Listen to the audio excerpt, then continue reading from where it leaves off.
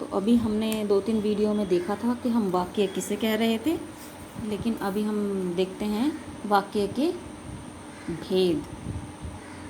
बच्चों, वाक्य के भेद दो तरह के, दो आधारों पर माने जाते हैं।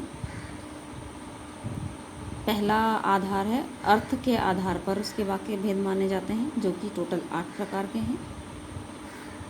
दूसरा है वाक्य के रूप या रचना के आधार पर, यानी रूप हो, रचना हो, संरचना हो या ढांचे के आधार पर, वाक्य का ढांचा कैसा है, उसका रूप कैसा है, उसकी रचना कैसी हुई है, इस आधार पर हम 3 तरह के वाक्य भेद मानते हैं, जिसमें पहला है सरल वाक्य, दूसरा संयुक्त वाक्य, तीसरा मिश्र वाक्य।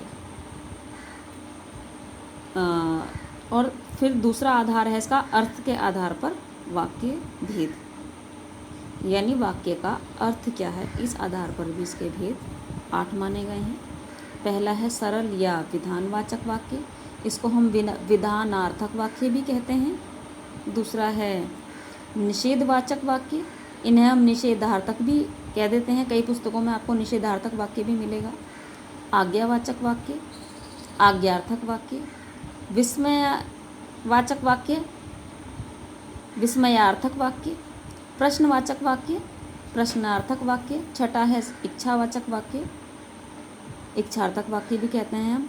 फिर आएगा संदेहवाचक वाक्य, संदेहार्थक भी कहते हैं हम इन्हें। संकेतवाचक वाक्य यानी संकेतार्थक वाक्य भी कहते हैं। कक्षा 9वीं में अर्थ के आधार पर वाक्य भेद कक्षा 9वीं के सिलेबस में दिए गए हैं, और कक्षा 10वीं में रूप या रचना के आधार पर भेद दिए गए हैं। अगली वीडियो में मैं आपको अर्थ के आधार पर भेद के जो वाक्य हैं इनका अर्थ बताऊंगी।